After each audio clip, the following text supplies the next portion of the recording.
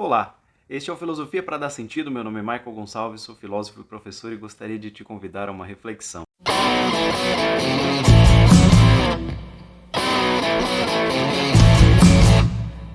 Quem me conhece sabe o quanto eu sou fã de cultura pop, em especial de um filme incrível dos anos 90 que é Matrix. E eu queria que você discutisse comigo, que você participasse comigo nesse momento. O que você achou do filme? O filme é legal? A volta da franquia vale a pena? Será que tem alguma coisa de interessante ali que a gente possa discutir? Bom, eu vi críticas boas e ruins. E vou dizer que a minha crítica talvez não seja tão técnica, talvez não seja tão própria do cinema, mas do ponto de vista das ideias, penso que ali tem muita coisa interessante para se discutir. Desde o primeiro Matrix foi assim. E vambora, é isso aí. Entra também no canal, dá uma olhada nas outras coisas que tem lá para conhecer, curte esse vídeo, comenta, indica para alguém, vai ser um prazer enorme poder iniciar uma conversa com você sobre os temas que eu tenho discutido. Sugere temas, sugere algo do seu interesse para a gente conversar. Ativa o sininho porque isso vai ajudar a gente. Quero fazer algumas reflexões a partir de um texto que eu lancei. Deixo aqui já um alerta de spoiler, tem algumas coisas que parecerão spoiler para quem não viu o filme. Então, para o vídeo, para o podcast, curte, vai lá assistir o filme e volta. Aí a gente vai ter mais coisa para conversar. E se você está na dúvida se vale a pena ou não ver o filme, de repente você começa a ver algumas questões aqui e se interessa por ver ou não o trabalho da Lana Wachowski e companhia, né? Então, o texto, vamos lá. Ser ou não ser? Eis a questão. E se o problema da questão for a necessidade de optar apenas por uma das possibilidades? E se e atendesse melhor à realidade que ou? E aí ficaria ser e não ser, ao invés de ser ou não ser.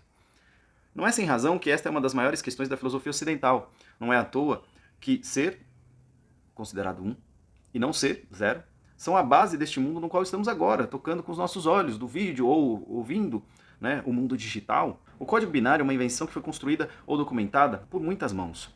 Pingala, Bowley, Xiaoyong, Leibniz, muitos são os pensadores que contribuíram para essa ideia no século XX. Em termos de metáfora, o binário puro representa duas oposições. Do ponto de vista da existência, só fazem sentido se estiverem juntos, combinados, ora de um jeito, ora de outro. A fluidez e a experimentação das diversas formas de combinação foram gerando possibilidades e mais realidades, ou seja, né, as combinações de 1 e 0, as possibilidades de combinação entre 1 e 0 vão gerando caracteres, que gerarão textos, que gerarão códigos, informações, frases, comandos e que produzirão todo esse aparato que a gente conhece como o mundo digital. Matrix Resurrections, meu sotaque, Resurrections, brinca com a interpretação do que é binário. Por que então eu não poderia brincar também, né? E por que não aquela pessoa que ousa experimentar novas combinações para ver o que vai dar, né? Talvez a velha pergunta esteja precisando de um pouco de ousadia para lhe pronunciarmos novamente, mas de outra forma. Talvez seja até mesmo outra pergunta. A inauguração de um outro tipo de pensamento, de filosofia, de forma de ser. Quem sabe um dia alguém lembre deste texto. Um não é significativo sem zero, por isso talvez um dia alguém esqueça esse texto. O que vai dar depois? Não sei. Então, eu acabei falando um pouco, pensando um pouco, escrevendo um pouco sobre o código binário, que está lá no filme Matrix, em muitos sentidos. A gente sabe que está lá na referência estética por causa da imagem, né, dos numerozinhos, das letrinhas passando e de como você pode observar o mundo a partir daquela referência numérica, que construirá aparatos digitais que terão para nós sensações, que produzirão estímulos, que serão interpretados no nosso cérebro, né, isso é um fato. Há também o constante jogo de oposições. Há um certo maniqueísmo até na franquia Matrix.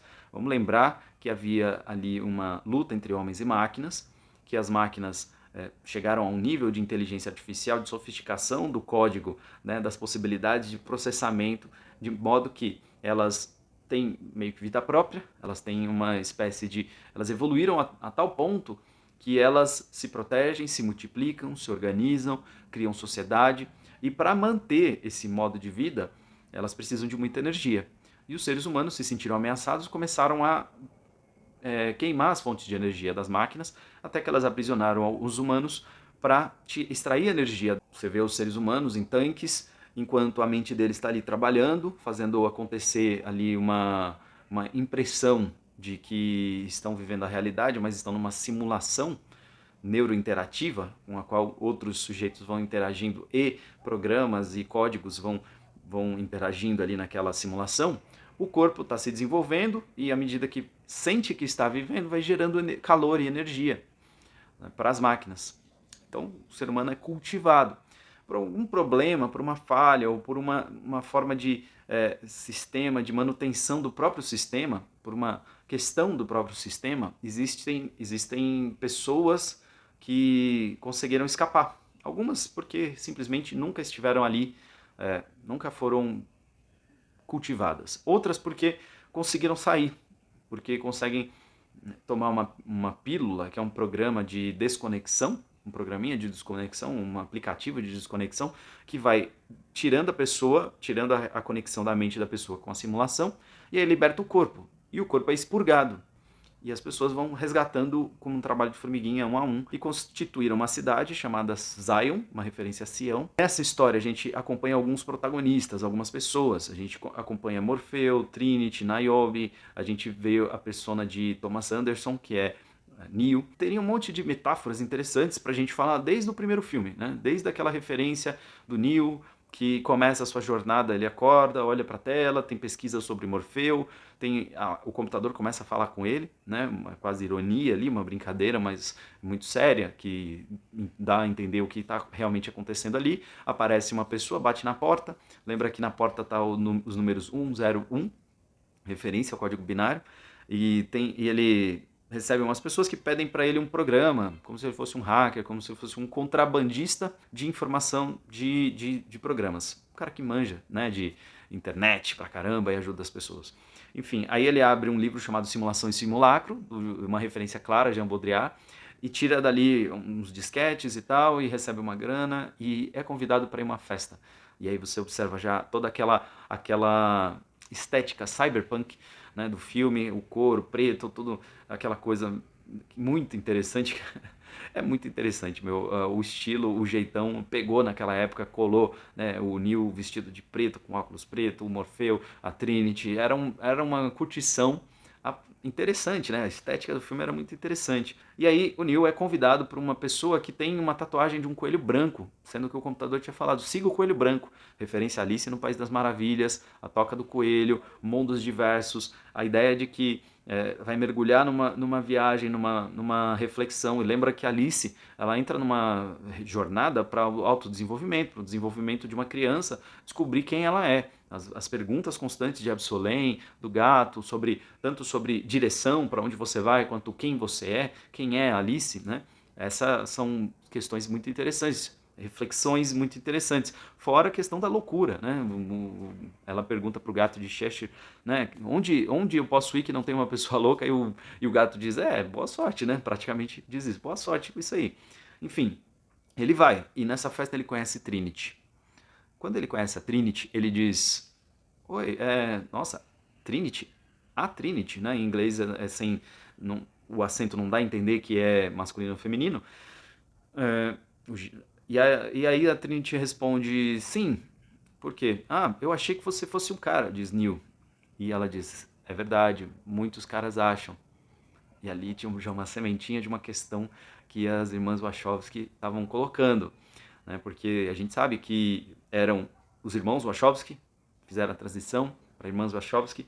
Então muita gente afirma nesses últimos anos, e também teve em entrevistas, fala sobre isso, de que ali na reflexão do filme havia algumas pistas dessa questão existencial profunda, né, do autoconhecimento, da questão sexual, da questão do gênero, da questão da imagem, da construção da imagem, da construção da narrativa, das diretoras, né, das pessoas que estão ali narrando os seus fatos, narrando essa história incrível para nós.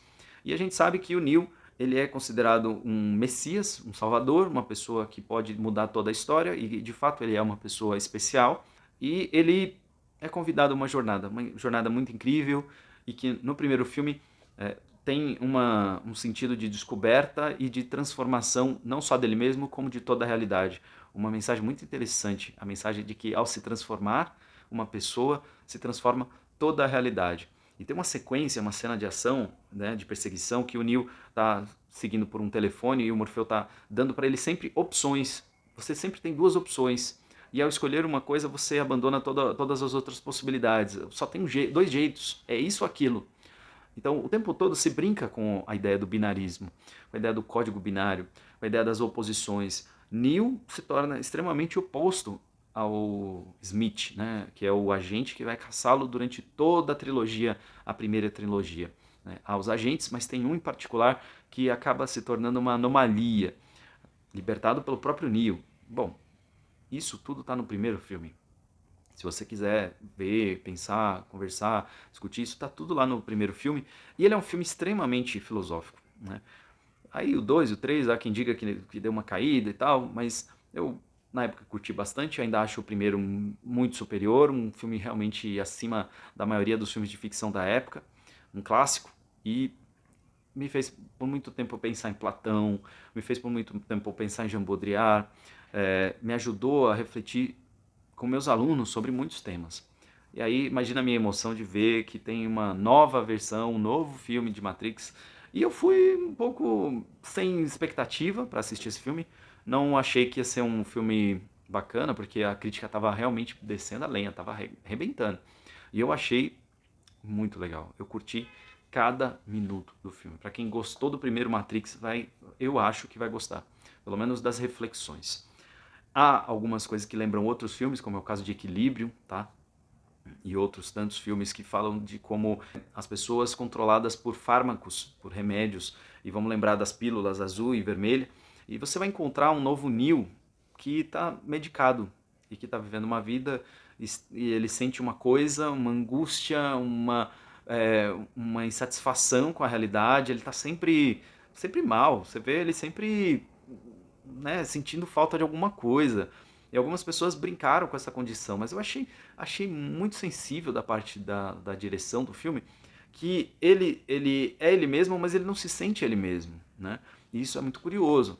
E eu vi algumas críticas colocando que a narrativa nem é tanto sobre o Neo, é uma narrativa sobre a Trinity.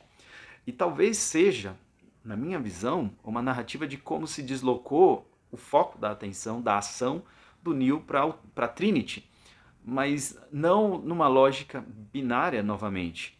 Agora tem uma discussão sobre a superação do binarismo, porque se a Trinity aparece como a figura a ser cuidada neste filme, salva, representada, apresentada ao público como a figura salvadora, né, a gente vai entender que houve uma reconstrução daqueles seres. Aqueles seres, eles são os originais reconstruídos pelas máquinas. Eles passaram por uma transição. Olha que curioso. E nessa transição, eles não são mais o que eles eram. Eles são novos seres, novas pessoas, novas personas. Nessa experiência de novas pessoas, o poder que estava no Neo agora não está no Neo, está nos dois, na união dos dois.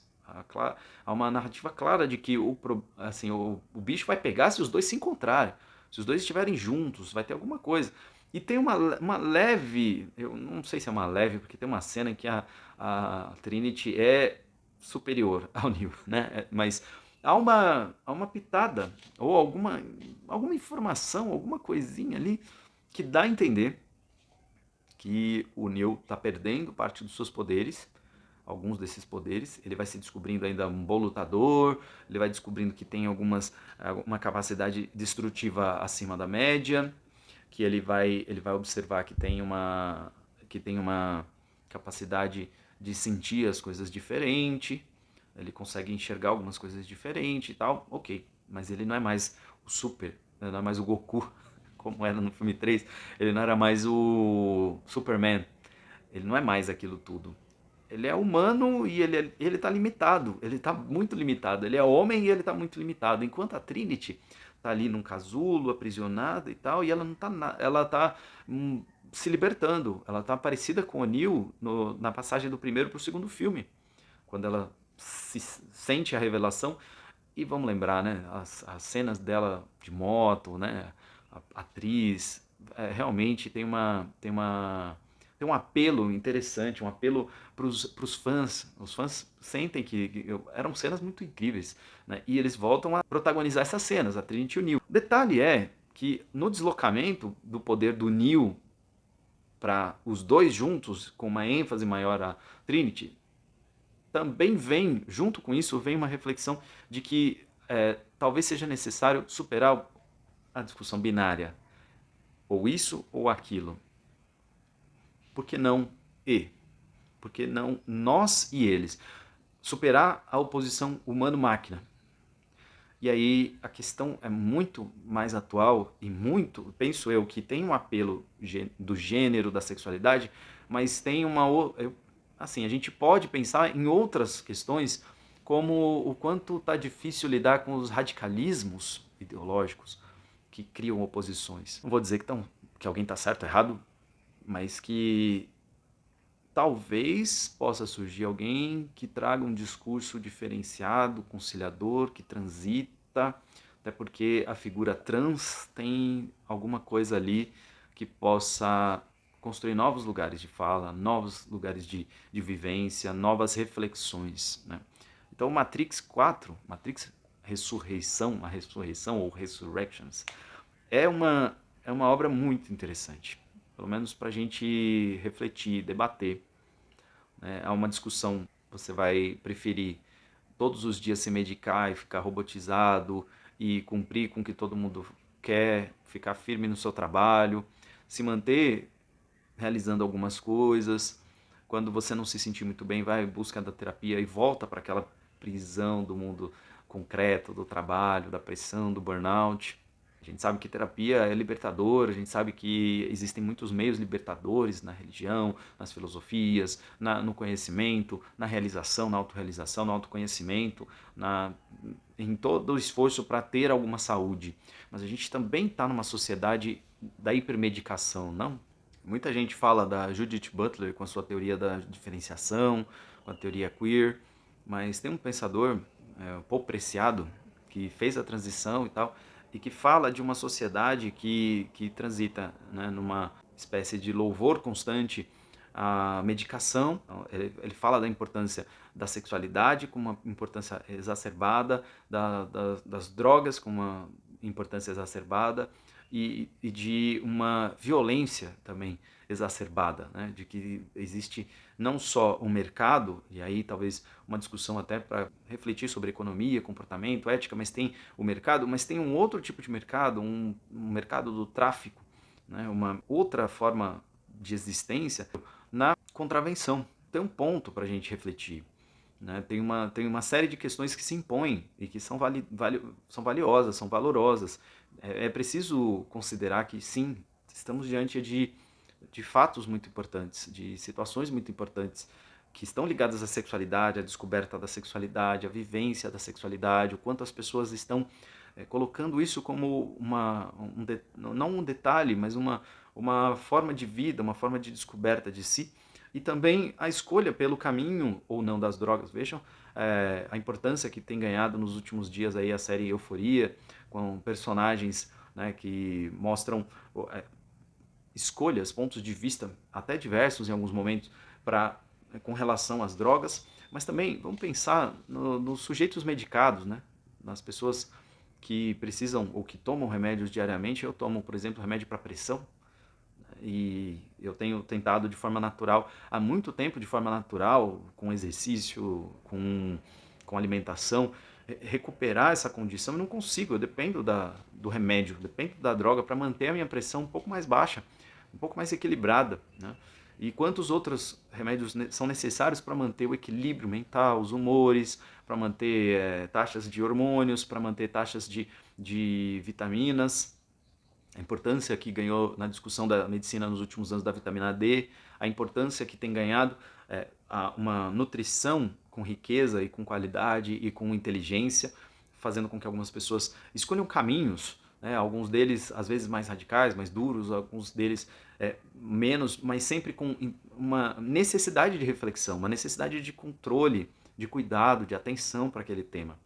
Né? E também toda a questão de como a gente observa que existem as vias mais validadas e as vias do submundo, né? Uma via fora da lei, fora da regra, que em tese seria o próprio agir dos humanos libertados, naquela narrativa das irmãs Wachowski, né? Então, de certo modo, no agir subterrâneo que a gente observa dos personagens, estão em tese os libertadores, como se aqueles que conseguem transitar e enxergar o mundo de uma outra forma não são aqueles que estão no mainstream, não são aqueles que estão gozando da potência da hegemonia. São pessoas que estão à margem, são pessoas que estão excluídas, que estão sendo perseguidas, inclusive.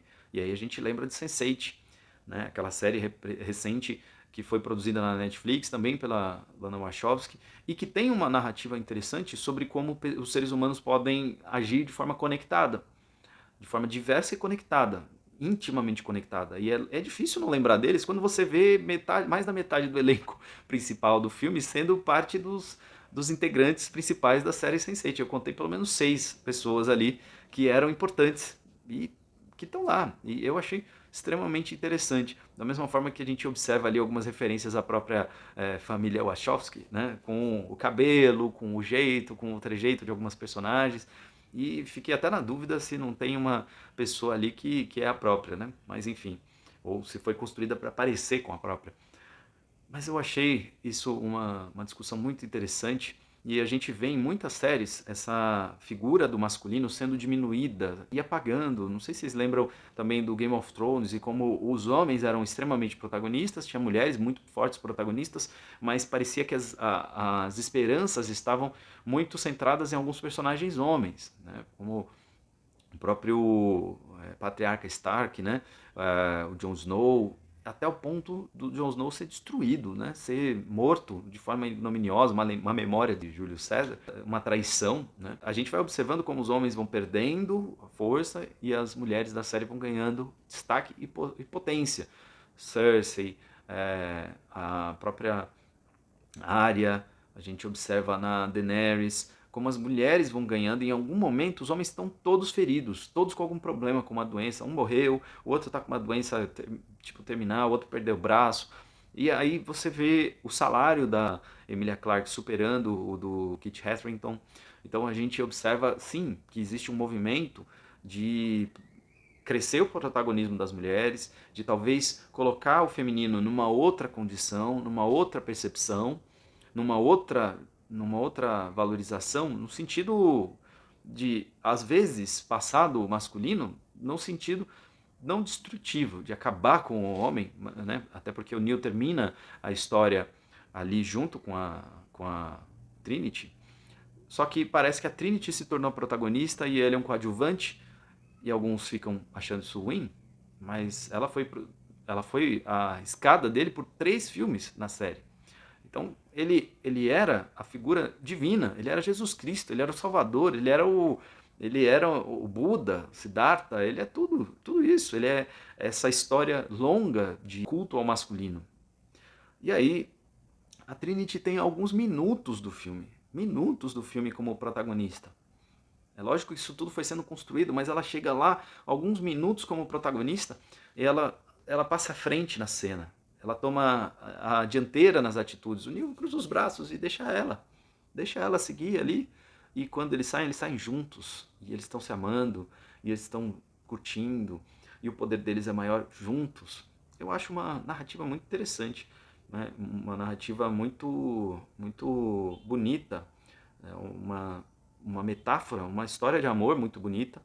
Que traz para nós uma possibilidade, uma versão de feminismo, no qual a mulher assuma o seu lugar e que o homem não seja super valorizado, mas ocupe o seu lugar. Nada demais. Então, na minha visão do filme, ali tem uma discussão interessante sobre transição, sobre transformação, sobre transcendência, superação do binarismo e talvez ali um pouco de empoderamento. É uma palavra talvez um pouco gasta, um pouco puída nos últimos anos, mas talvez ajude a pensar um pouco. Talvez ajude a pensar um pouco a condição em que termina o filme ali, a reflexão que o filme traz. Enfim, eu tô falando aqui algumas coisas que eu pensei, eu não pensei tudo, eu não li tudo, eu tenho muito mais anotações, eu anotei um milhão de coisas diferentes, só que eu queria focar em uma questão para meus amigos não ficarem bravos comigo, né?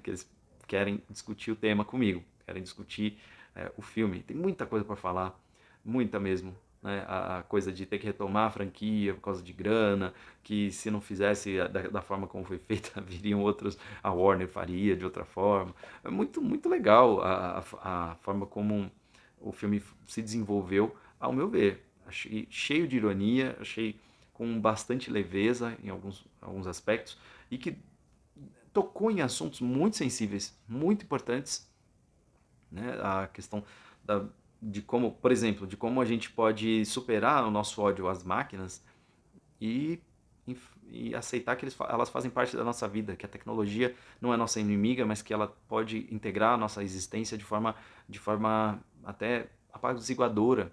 Da mesma forma que talvez a gente pudesse encontrar, de alguma forma, um apaziguamento do masculino e do feminino, e mais, que a gente não precisasse nem mesmo de apaziguar masculino e feminino, porque isso talvez nem fizesse mais sentido. Talvez outra coisa, outra realidade, outras formas de ser sejam construídas e reconhecidas. Existe muita beligerância, muita briga, muita violência, muita disputa, e que sem disputa não vai haver realmente mudança e transformação. Penso eu, se todo mundo ficar quieto e achar que tudo está muito bom, as coisas continuarão como estão. Então, como diria Heráclito, precisa de alguma oposição, precisa de alguma luta de forças contrárias, né? Precisa de dialética. O mundo precisa disso, e que bom que tenha oposições, opiniões diferentes, que tem pessoas pensando de forma diferente, né? E talvez isso seja sensível para os valores de algumas pessoas, mas é o mundo, é a realidade, são as pessoas. A gente pode pelo menos tentar entender, mesmo que não goste muito daquela perspectiva. E entender não quer dizer classificar de acordo com as minhas categorias, mas talvez aprender o que a lógica interna daquela narrativa está tentando trazer. Para isso, só um mergulho, né? Só um pouco mais de aproximação generosa, desarmada. É lógico que você vai, se você é um daqueles que assistiu o filme e curtia a pegada messiânica e colocando o masculino em foco, aquele monte de homens lutando em roupa de couro preta, eu acho que tinha ali uma ironia que você não percebeu, né? E eu penso que o filme traz algo mais, a franquia traz algo mais, uma discussão sobre o futuro, sobre o que é o futuro, sobre a metáfora das máquinas. Não é só a metáfora das máquinas, é o problema do preconceito, é o problema de como as pessoas vão lidar com doenças, transtornos, com naturezas, e entender com mais inteireza e clareza a diferença entre o outro e eu. O que eu posso ver com certeza absoluta, o eu, o uno, e o outro, aquilo que eu não sou. Ser e não ser coloca para nós oposições, mas a mistura de ser e não ser, assim como há na natureza forças opostas que se combinam, que ora são mais equânimes, ora mais forte uma, ora mais forte outra, forças cósmicas que equilibram movimentos e permitem que algumas coisas aconteçam, talvez sejam uma forma interessante de explicar a realidade, e não só a realidade, talvez comportamentos, humanidades, formas de ser humano, e que talvez os rótulos sejam sim um problema que a gente possa enfrentar. Então, é lógico que tem um platonismo potencial ali no mundo das ideias, no mundo concreto, mas eu acho que o filme superou bastante o platonismo. Ficou bem para trás a questão do mundo da caverna, né? De você ainda tá lá a questão da gente perceber alguma coisa, de ver algo que a gente não via antes, de reminiscência, em certa medida, tá lá, porque o Neo tem que lembrar os poderes, lembrar o que aconteceu com ele, lembrar de uma natureza como se fosse de uma outra vida. Então tem um pouco de reminiscência platônica, sim. Tem um pouco de, penso eu, de pensar as categorias e causa e efeito também aristotélicas, né? Penso que tem um pouco disso da tecné, né, da discussão, né? Por exemplo, se o técnico ele é em si mesmo ou ele é uma pura reprodução. Então o Morfeu do filme ele é uma outra coisa, e tem uma tecnologia ali que chega ao ponto de a inteligência artificial assumir uma espécie de personalidade, de persona e personalidade.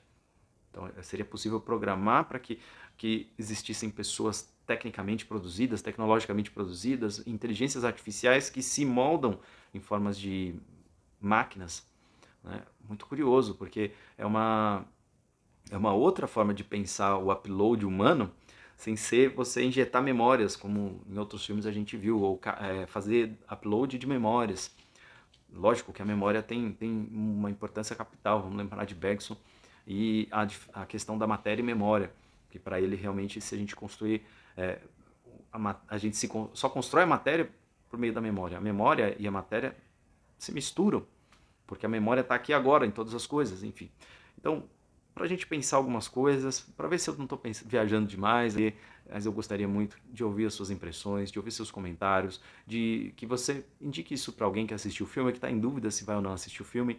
Talvez você tenha odiado o filme, mas queira discutir com alguém. Eu estou aqui, vem falar comigo, manda mensagem, vai ser um prazer a gente conversar, tá certo?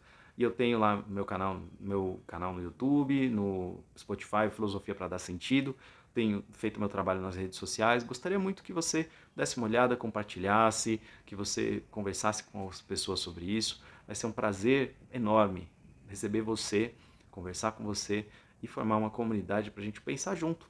Eu não tenho todas as respostas, mas eu tenho bastante coisa para pensar e para dizer, assim como você. Então, fez sentido para você?